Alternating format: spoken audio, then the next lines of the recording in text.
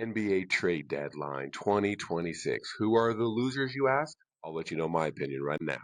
To be honest, I don't really have a ton of losers. I just have some, let's say, not so happies or not ideals.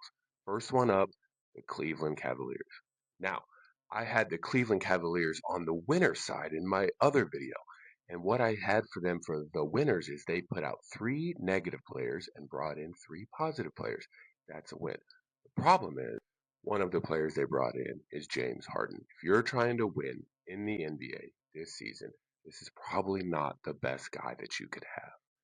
Not trying to be mean, but the dude has had flame out after flame out in his playoff career. Now, will he help get them there? Yes. Are they going to probably be a top four seed because of this? 100% yes. But don't get mad at me, and don't get mad when James Harden flames out in the playoffs and he shows up with a 2 for 13 in a game six, and Donovan Mitchell is having to do it all again. You knew this was coming. You know it's going to happen. Did they make a good trade by getting three good players in? Yes. The problem is James Harden is one of them. Sorry, don't shoot the messenger. Loser or not so happy number two, the Dallas Mavericks.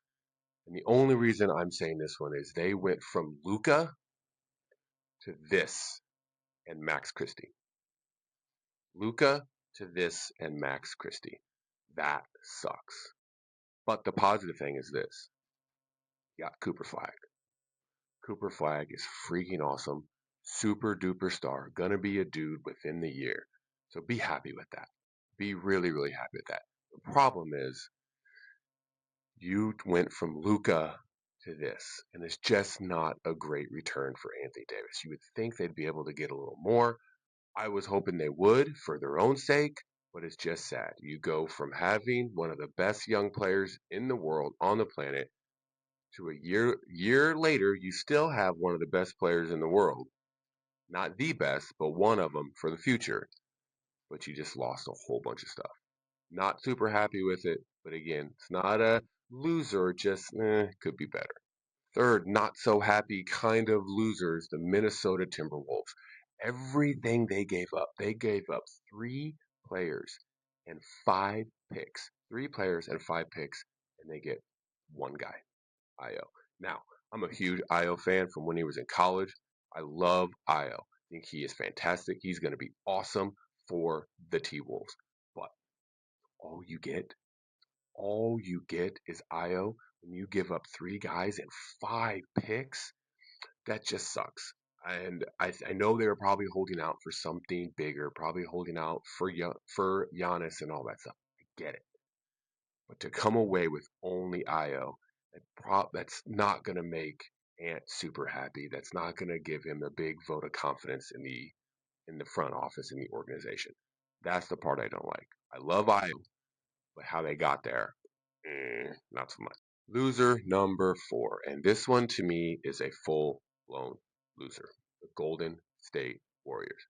The reason I say this is a full blown loser is because all of this Jonathan Kaminga stress and heartache and crap, and all they get is a guy, Kristaps Porzingis, who has played 17 games this year.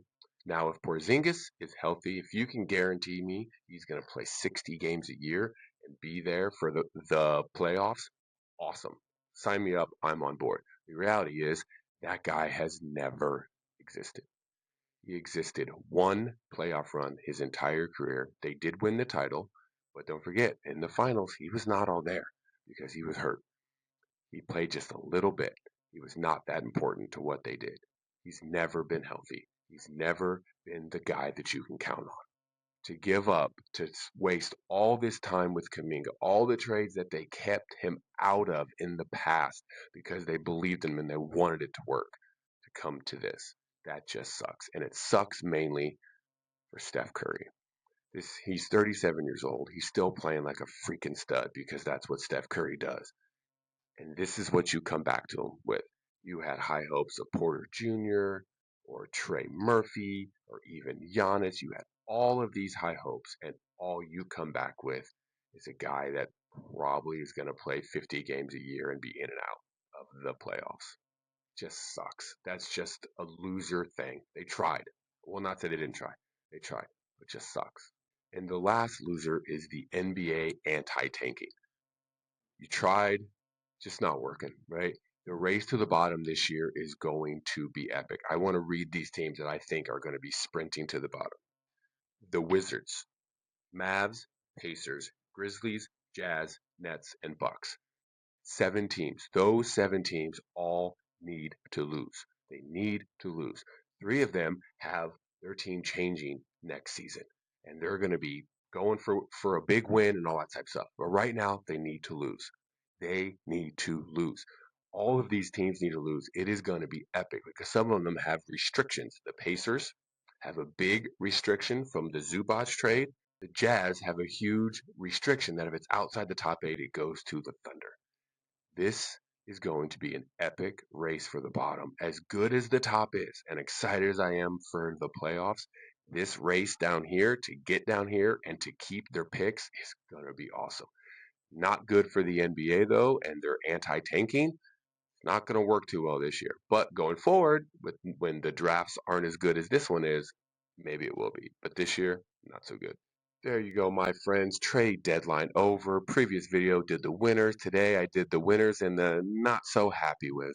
Hope you enjoy the content. My plan is to keep doing this for you to help get myself more comfortable speaking to you on the camera and getting this channel growing along with my other channel, Basketball for the Win.